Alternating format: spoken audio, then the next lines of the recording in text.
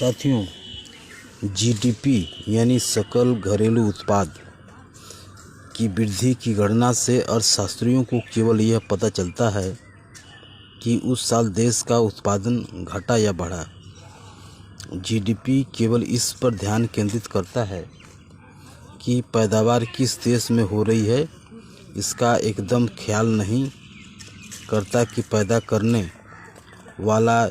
देसी है या विदेशी। आज से 25-30 साल पहले तक सिद्धांततः आम जनता का विकास अर्थात उनकी गरीबी, बेकारी, पिछड़ापन दूर करना ही देश के विकास का मापदंड माना जाता रहा है। लेकिन बाद में औद्योगिक व कृषिगत क्षेत्रों में विकसित तकनीकी वाली आधुनिक मशीनों के इस्तेमाल किए जाने से उत्पादन में काफ़ी वृद्धि हुई। उसी दौरान होने वाले परिवहन, दूरसंचार, आधुनिक शिक्षा, मनोरंजन, बहुमंजिली इमारतों को देखकर कोई भी सोच सकता था कि इस देश का कुछ तो विकास हो रहा है और उसे ही देश की प्रगति का मापदंड माने जाने लगा। लेकिन आम लोगों की समस्याएं वे अगर कहीं कम हुई तो दूसरी तरफ बढ़ती गई। जैसे अशिक्षितों की संख्या कम हुई तो शिक्षित बेरोजगारों की संख्या बढ़ने लगी। उपभोग के सामानों का उत्पादन तो बढ़ा तो महंगाई व चोरबाज़ारी बढ़ गई। कारण जिन उद्योगों, कंपनियों, वित्तीय व सेवा संस्थानों की संख्या उत्पादन, आमदनी व उनकी खरीद बिक्री के लिए विकसित की गई चमचमाते बाजार की समृद्धि को देश का विकास मापा जाता रहा है, वे सभी न तो वास्तव में सामाजिक और कानूनी तौर पर केवल अपने देश की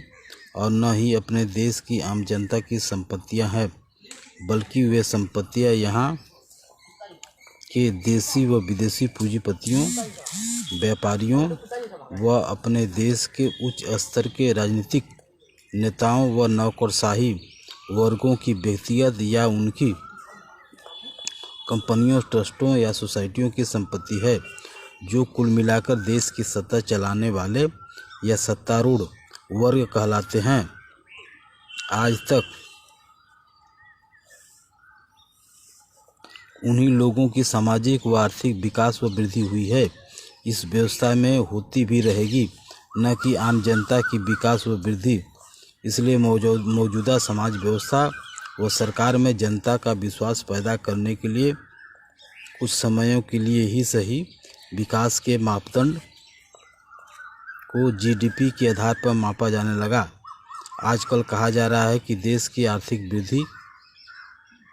व विकास को ऐसे किया जाए कि समूची जनता का विकास यानी सबका विकास हो। सबका विकास, सबका साथ विकास करने की घोषणाएं भी की जा रही है। आर्थिक शब्दावली, जिसे जीडीपी या सकल राष्ट्र उत्पादन कहा जाता है, उसे अगर इस गहराई से देखें तो घरेलू उत्पादन या राष्ट्र उत्पादन कहा ही नहीं जा सकता। आज के अंतर्राष्ट्रीय जगत में और उस जगत में भारत जैसे देशों की स्थिति को देखते हुए हमें यह कहना पड़ेगा कि ऐसी आर्थिक शब्दावलियाँ और उसके भावार्थ आज अपना मतलब खोते जा रहे हैं। कम से कम सापेक्षतः किसी देश की मात्र कृषिगत, औद्योगिक व अन्य संप्रदायों से स्थानीय कुशल अकुशल श्रम से तथा स्थानीय पूंजी,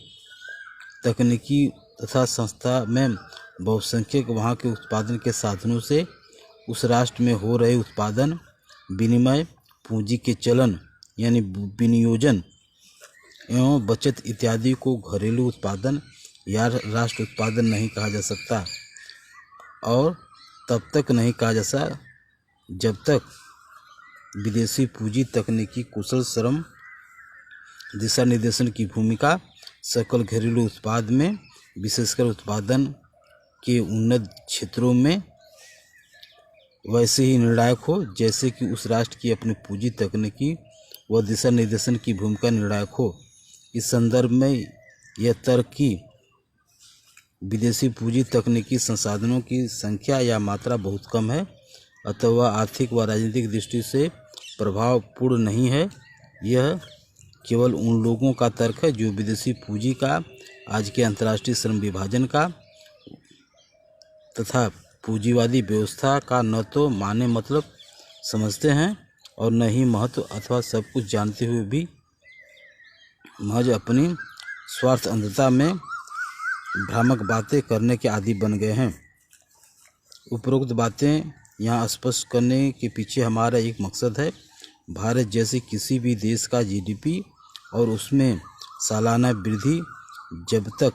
विदेशी पूंजीवाद की आपसी गठजोड़ से होती रहेगी उसे ठोस रूप से न तो घरेलू उत्पादन या राष्ट्र उत्पादन कहा जा सकता है और न ही वैसा कहना चाहिए। हमारी इस अवधारणा का एक अन्य सबसे बड़ा सबूत यह भी है कि आज तक के सकल घरेलू उत्पादन और उसमें 50 साल से हो रही वार्षिक वृद्धियों ने अपने घर या राष्ट्र की 70-80% जनता का, विशेषकर 30-40% गरीब कमतर जनता का कोई विकास नहीं हुआ है।